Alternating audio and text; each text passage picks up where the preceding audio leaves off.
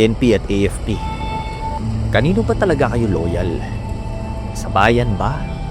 O sa mga magnanakaw na nakaupo sa gobyerno? Kasi habang tinitingnan ko ang lahat ng nangyayari, parang kahit anong nakawan, kahit anong abuso, nananatili kayong tahimik. Minsan kayo pa mismo ang gamit laban sa taong pinanumpaan ninyong protektahan.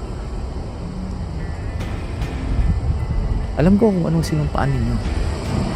Nagsumpa kayong maging tapat sa saligang batas at sa Republika ng Pilipinas. Nagsumpa kayong ipagtanggol ang mamamayan laban sa lahat ng kaaway. Pero kasama rin sa panunumpa ninyo, absolute obedience sa chain of command. At doon ito nagiging vital. Kasi kapag ang nasa taas ay magnanakaw at traidor, ang loyalty ninyo, napipilitan nyong ilihis ang panunumpa na dapat para sa bayan. Panunumpa para sa amo. Alam ko rin kung paano kayo tintingin. Binasag ang kritikal na pag-iisip, tinuruan kayong sumunod, huwag magtanong. Kasi kapag sumuway ka, tanggal ka, court-martial ka, wala nang sweldo para sa pamilya mo. Kaya naiintindihan ko kung bakit parang sobrang loyalty ninyo sa gobyerno kahit mali. Pero ito ang hindi sinasabi sa inyo ng sistema.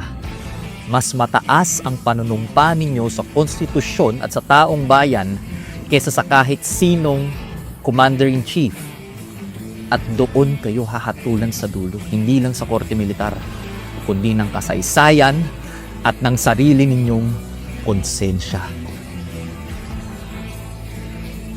Kaya kung isa ka sa mga nakikinig ngayon, tandaan mo to. Bago ka naging sundalo o pulis, tao ka muna. May kaluluwa ka. May pamilya kang pinangako mong poprotektahan. At kapag ang utos na sinusunod mo ay laban sa bayan, tanungin mo sarili mo, kanino ka ba talaga nanumpa? Sa boss mo? O sa Diyos at sa bayan?